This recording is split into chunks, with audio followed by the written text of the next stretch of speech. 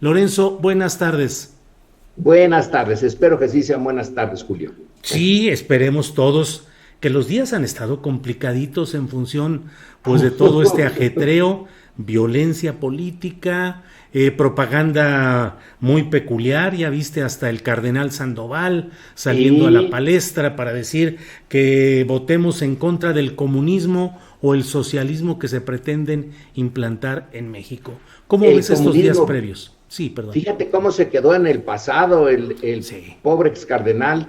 Ujú. No se ha dado cuenta que la Guerra Fría ya terminó desde el siglo pasado, pero Ujú. bueno. Sí, el cardenal emérito Juan Sandoval Iñiguez, pero representando una forma de pensamiento, Lorenzo, que insiste en ver las posturas y políticas del presidente López Obrador no solo como un guiño hacia la izquierda, sino como comunismo, socialismo, Cuba, Venezuela, como las estaciones siguientes en el trayecto mexicano, si es que no se le pone freno a este hombre a quien pintan con colores y con trazos verdaderamente perversos. Pero ¿qué tanto cómo has visto la guerra ideológica entre los dos polos principales, quienes buscan frenar al presidente López Obrador y quienes buscan la continuidad del proyecto de la 4T? Bueno, un posible enfoque sería, echando un vistazo hacia atrás, hacia la historia, que en términos generales, desde la guerra de independencia, el grueso de la sociedad mexicana se mantuvo al margen de las grandes transformaciones. La independencia no llevó a toda la masa de indígenas, mestizos y eh, parte de los criollos a la independencia. Fueron grupos relativamente pequeños. La mayoría se quedó al margen viendo qué pasaba, tratando de sobrevivir a lo que fue una guerra durísima, Julio. Uh-huh. Realmente en algunos momentos fue de exterminio en algunas zonas.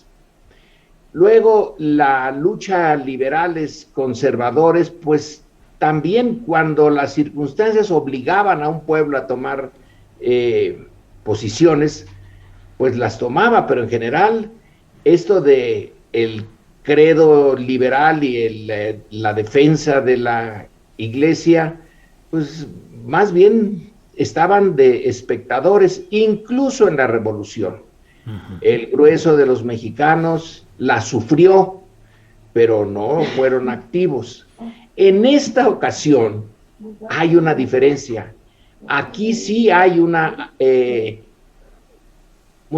conciencia del grueso de los ciudadanos en favor o en contra, Ajá. pero ahora no son tan pasivos como antes. Antes era una lucha de élites que por vía de la leva o por vías no muy civilizadas conseguían sus ejércitos, pero los ejércitos no eran muy grandes, Uh-huh. Julio. Ya Uh-huh. un ejército de 10,000 personas, ufale, Uh-huh. era una cosa enorme para los millones que había eh, en estos 2 siglos. Hoy sí ya somos un montón, somos 120 y tantos, casi 130 millones, y la participación en las elecciones sí es genuina. Se va, ahora sí, el voto sí es depositado por los ciudadanos la mayoría de las veces. Uh-huh. Lo de las urnas embarazadas y estas cosas que se vivieron en el pasado ya casi no se ven. Hay una actividad, aunque sea mínima, pero ya hay una conciencia de la idea de ciudadano, de que hay que participar, y en ese sentido son nuevas, como la de 2018 y Uh-huh. algunas de las anteriores, en donde ya se percoló a todas las clases sociales con diferentes culturas políticas, porque aquí conviven culturas políticas muy diferentes. Ahora, la parte conservadora, pues siempre ha Uh-huh. existido. Está en las capas altas, en las clases medias e incluso en los grupos populares.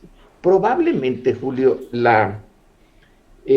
hay una teoría que esto lo pone hasta su raíz, hasta en las sociedades animales, en donde no se cambia, ¿no? El cambio de algo que ya ha tenido más o menos éxito, donde tú puedes sobrevivir, cambiarlo es peligroso.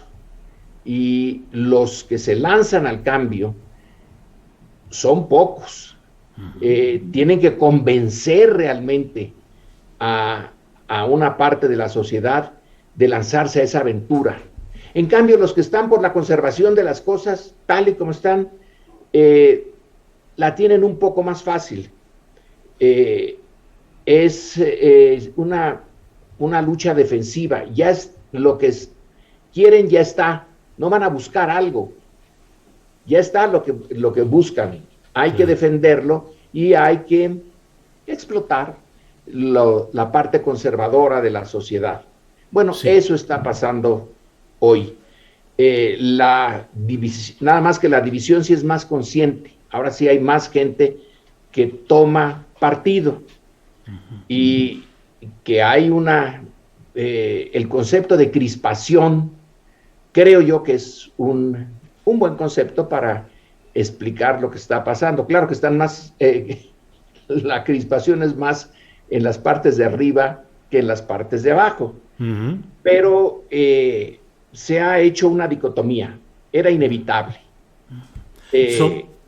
La dicotomía es: o estás por un intento de cambio, intento que ya se está llevando a cabo, ya tiene cosas hechas, pero pretende hacer más, o estás por una defensa de lo que fue y que consideras que es muy positivo dentro de los errores que tiene toda realidad, pero que buscar algo nuevo, puede llevar a esto, al comunismo, dice Íñiguez, cubano, venezolano. No sé por qué no pone el vietnamita,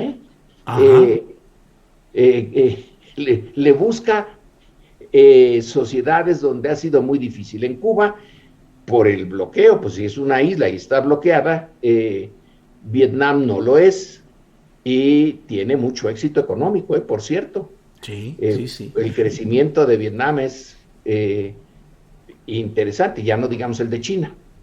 Doctor Meyer, una de las motivaciones o las causas de esta mayor conciencia y mayor participación es justamente, te pregunto, la disponibilidad de información a través de las redes sociales, del internet y sobre todo pues de que cualquiera puede volcarse a favor, en contra, incluso excesiva o soezmente a favor o en contra de determinados candidatos o posturas. Pero esta toma de conciencia o este activismo político cibernético, por llamarlo así, ¿perdurará o solo es flor electoral? Bueno, es flor electoral en su pleno esplendor ahora, y tiene que ser así. Una sociedad no puede estar volcada todo el tiempo en la política, salvo los políticos profesionales. Claro. O los analistas de la realidad social. Esos, pues sí, hay que estar todo el tiempo sobre ese fenómeno. Pero un ciudadano común y corriente tiene muchas otras cosas que hacer. Entonces sí es cíclico, pero a tu posición es muy importante. La comunicación. El México del pasado era un México incomunicado por muchas razones. Físicamente no había más que unos cuantos caminos. En el siglo XIX, por mucho tiempo, no hubo ni ferrocarril, ni telégrafo. Luego ya llegaron estos. Pero el periódico podía tardar días y la gente no necesariamente sabía leer. Dependía de que alguien se los leyera.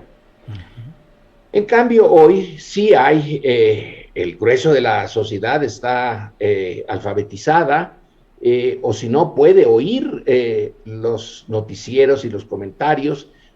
Prácticamente todos pueden comunicarse y ni duda, no solamente comunicarse entre los mexicanos, sino que tiene acceso información internacional. Claro, la más interesante y sofisticada viene en otro idioma, pero mucha de la información internacional tiene sus canales en español. Entonces hay información de sobra, Claro. cosa que no ocurría antes. Sí. Y además hay líderes. Yo creo que el liderazgo de Andrés Manuel, en buena medida, que le ha costado mucho, es porque trató, y yo creo que lo ha logrado hasta cierto punto, de despertar a quienes estaban más o menos ajenos a la política. Tiene un discurso que se entiende, y ha movilizado, no ha movilizado a todo el mundo, pero sí ha movilizado lo suficiente para que el otro lado reaccione y también intente movilizar. Y es esta combinación de tratar de cambiar lo que existe, de defender por otro lado lo que existe y de una mayor comunicación entre los grupos que apoyan a una o a otra posición. Y la parte positiva, sí está crispado, sí está dividido, pues ni modo, es que no se ha ido a la violencia. La violencia existe en México, pero es la violencia criminal, que solo de manera indirecta tiene raíz política, pero directamente la política es muy poca. Sí han atentado y matado a candidatos, pero en buena medida es el crimen organizado que quiere controlar zonas, municipios, regiones, más que los partidos o que los militantes se lleguen a ver al otro como enemigo y hay que eliminarlo. Creo que eso no es lo que explica los asesinatos y muertes o atentados que hoy hemos estado, que en estos días hemos estado viendo. Claro. Doctor Meyer, pasando el 6 de junio y los conflictos que puedan darse o no de tipo postelectoral, pues ya tenemos fecha para la siguiente cita de mexicanos para una decisión mayor, como es que el 1 de agosto sería la consulta, que me parece a mí que genéricamente se habla de ella como la consulta sobre la suerte de los expresidentes.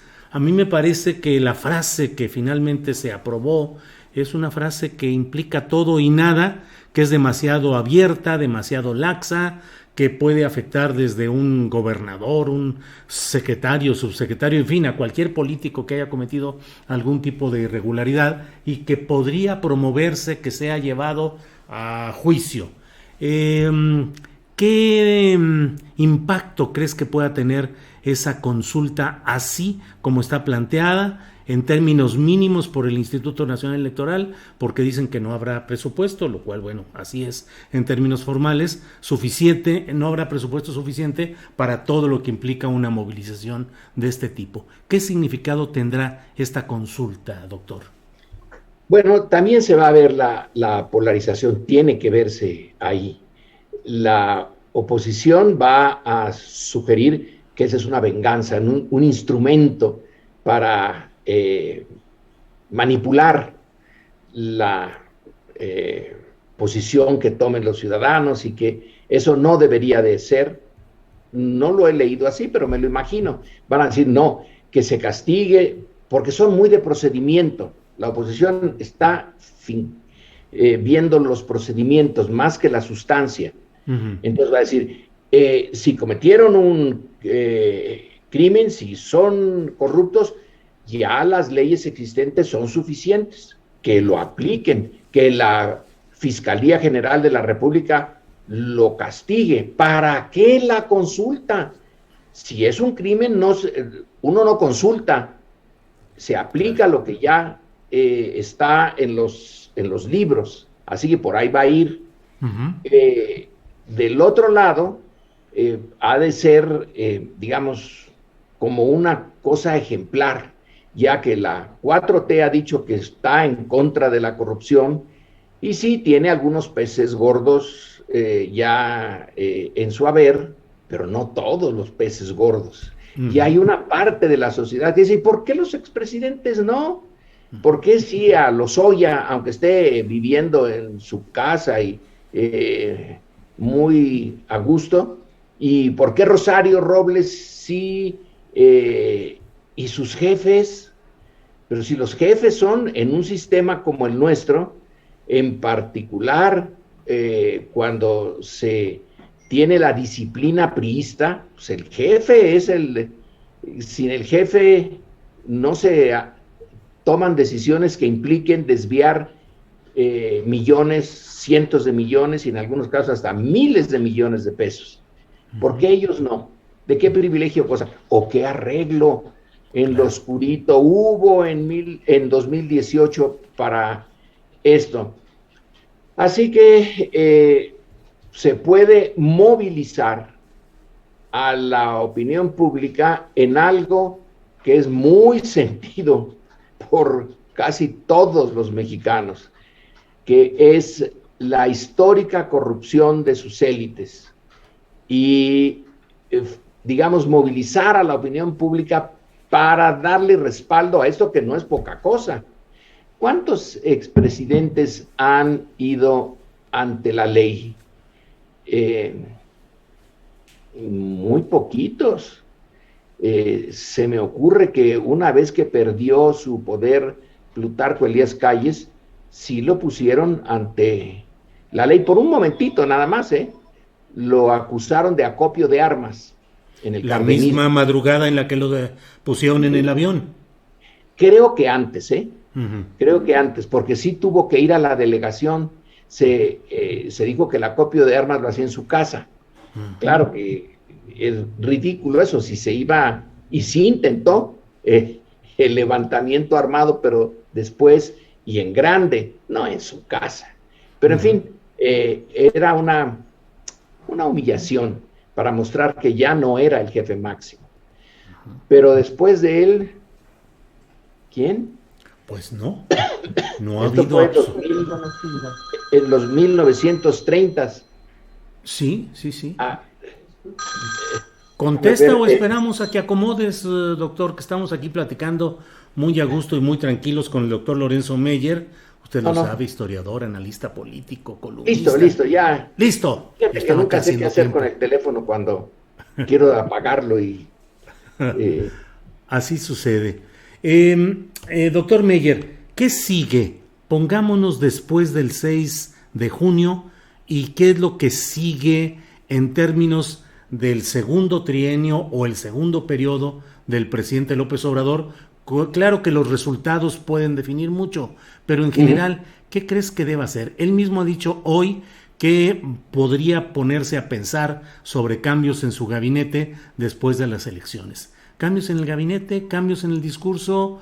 ¿Qué puede o debe hacer políticamente el presidente López Obrador para este segundo tramo?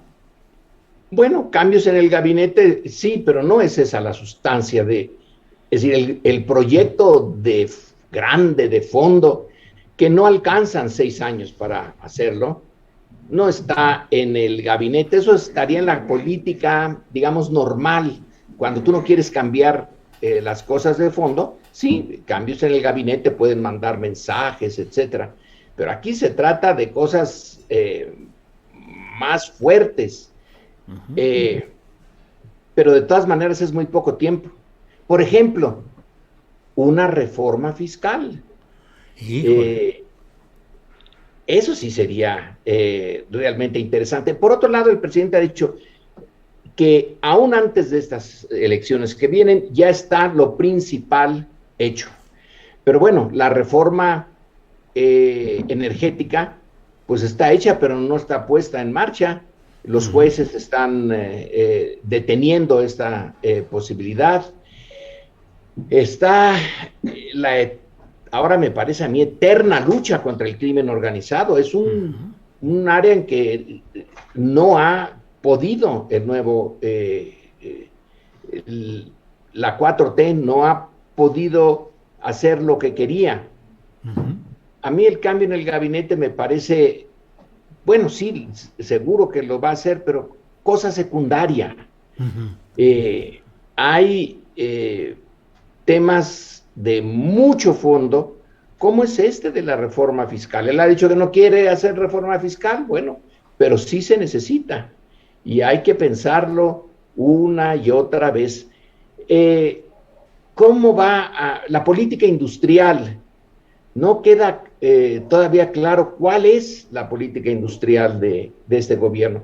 Está en favor del seguir con el TEMEC, ¿no? Con el tratado con los Estados Unidos. Esa es una forma de política industrial muy dependiente, por cierto. Entonces habría que pensar en cómo dar un poco la vuelta a eso y darle un poco la vuelta a la dependencia. Ya es inevitable, ya es estructural nuestra dependencia. Y por lo tanto la soberanía tiene esa parte en donde es relativa, pero no estaría mal una reforma fiscal, política industrial, un repensar la política hacia el crimen organizado, que eso sí afecta a todos y que es una demanda, probablemente la reforma fiscal, el grueso de la ciudadanía, bueno, pues a mí, mientras me dejen en paz, no me importa. Que el gran capital siga creciendo a una velocidad fantástica, bueno, pues es casi como una fantasía, pues que crezca allá mientras aquí abajo, en donde yo estoy, no me estén molestando. El que Slim tenga miles y miles de millones cada mes o por día o por minuto, es una cosa secundaria. Y sí tiene tareas, pero ¿sabes cuál es la tarea que me parece más difícil? Porque sí es algo que se tiene que resolver de alguna manera. Es su partido, Morena, que como partido deja mucho que desear. Nada más basta ver los candidatos que puso en algunos estados y dice uno, Dios santo, ¿cómo pudo llegarse a esto? Algunos de los que va a perder es porque la dirigencia del partido y el partido no ha podido movilizarse ni cuajar realmente. El otro punto, Julio, es ¿quién va a sustituir en 2024 liderazgo? Yo supongo que cuando la oposición dice es que se va a reelegir, va a prolongar su mandato, más o menos como lo que está haciendo con Saldívar en la Suprema Corte, así lo va a hacer en la presidencia. Me parece que ese es un buen punto de propaganda, pero no tiene mucho de realidad. En 24 se va, si puede seguir activo o no, si quiere seguir activo o no. Bueno, algunos expresidentes de plano pasaron casi al olvido. De la Madrid, por ejemplo, o Ruiz Cortines cuando dejó la presidencia, claro. O Zedillo, que se siente más a gusto como profesor de una universidad americana que aquí en México. Pero está el general Cárdenas siguió dándole vueltas con mucha discreción, sí. Como vocal del desarrollo ahí en el río Balsas y en el sí. Bueno, Balsas de Palcatepec. Tecalpatepec.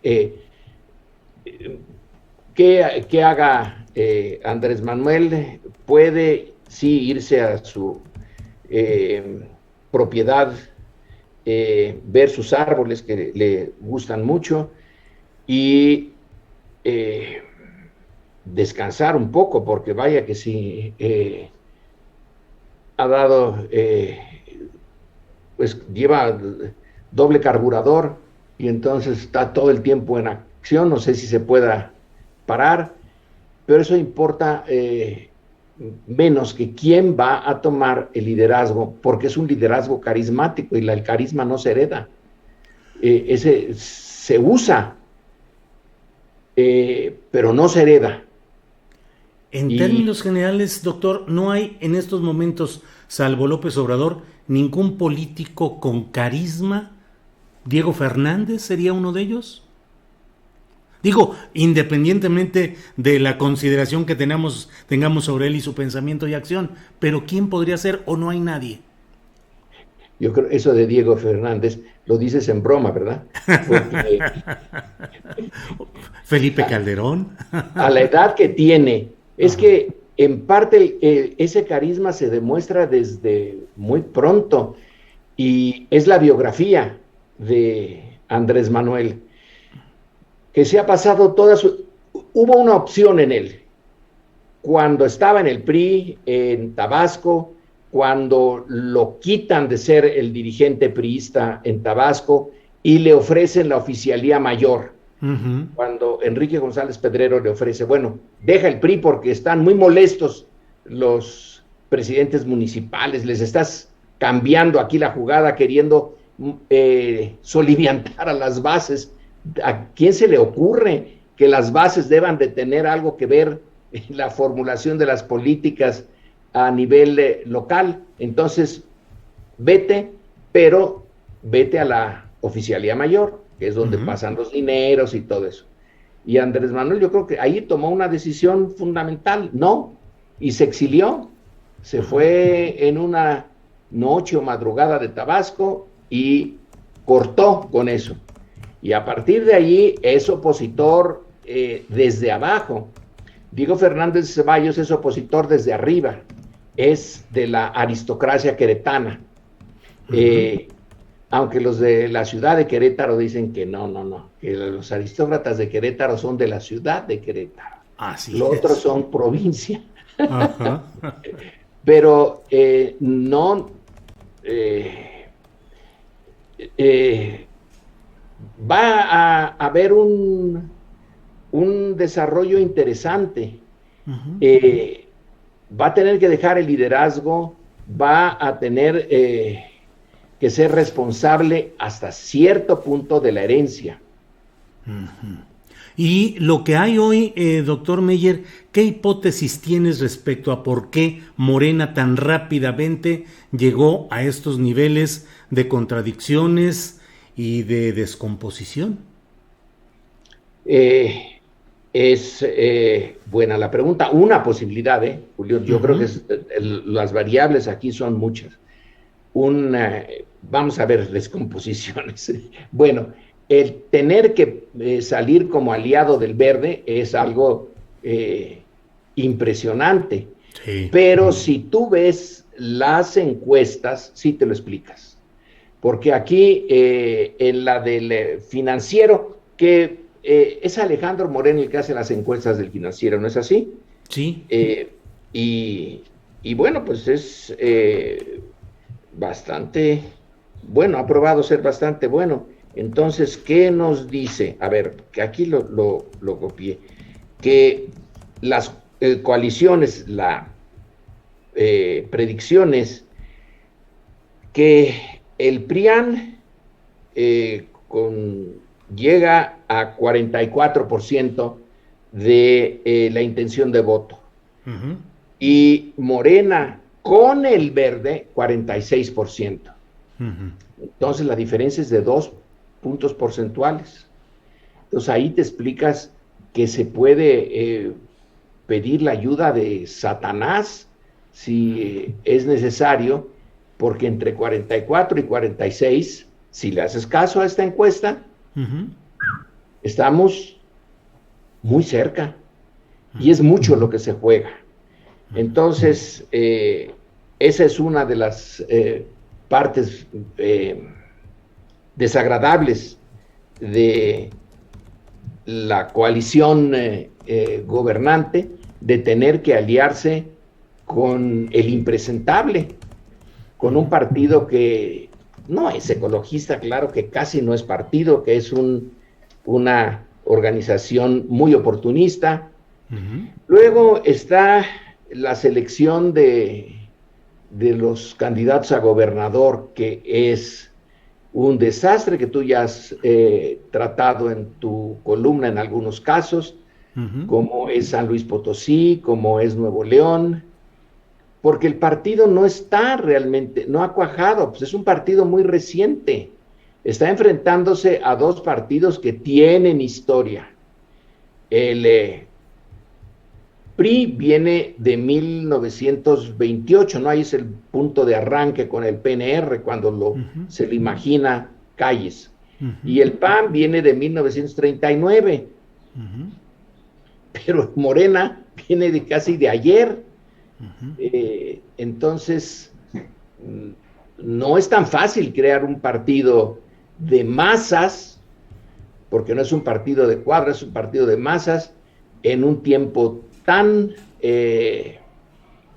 corto, y cuando el líder, porque Morena no se explica sin la presencia, esfuerzo y voluntad de Andrés Manuel, pero el líder asume la presidencia, que es ya, supongo yo, un trabajo de tiempo completo. Entonces no puede ver las dos arenas con igual intensidad. Y él lo ha dicho, yo ya con el partido no, yo no estoy viéndolo.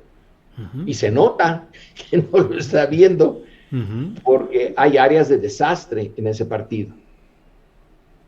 Porque no es todavía una organización bien cuajada, con militantes de tiempo atrás, que han tenido experiencia, que pueden conocer sus entornos, que tienen los contactos, que movilizan, y las elecciones de sus propios dirigentes.